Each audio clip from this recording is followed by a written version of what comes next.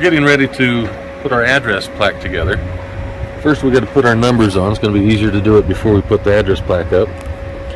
So we've got them spaced how we want them. What we'll do now is we'll pick these up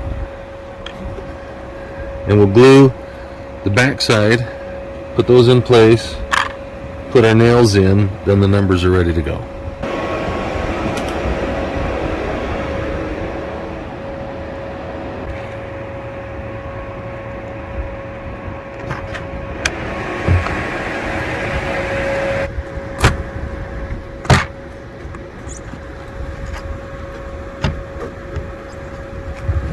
We are now ready to put our address plaque up. We've got the numbers nailed and glued into place, and we've determined where we're putting this on the house.